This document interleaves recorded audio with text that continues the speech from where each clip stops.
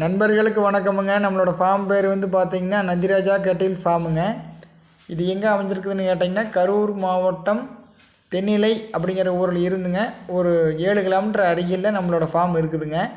நம்மக்கிட்ட இன்றைக்கான விற்பனைக்கான பதிவு வந்து பார்த்திங்கன்னா ஒரு 3ஆம் ஈத்து மயிலை மாடுங்க, கன்று மாடுங்க.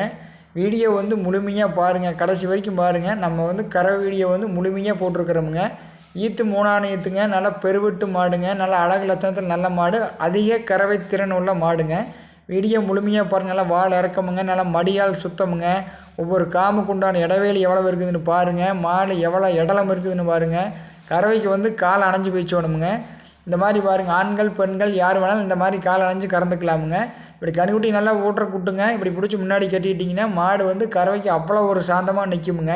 வீடியோவே முழுமையாக பாருங்கள், மாடு வந்து எப்படி கறவைக்கு நிற்கிதுன்னு. கன்றுக்குட்டி பார்த்திங்கன்னா இன்றுடன் ஒரு 4 நாட்களான மயிலை கன்று, கிடாரி கன்றுங்க.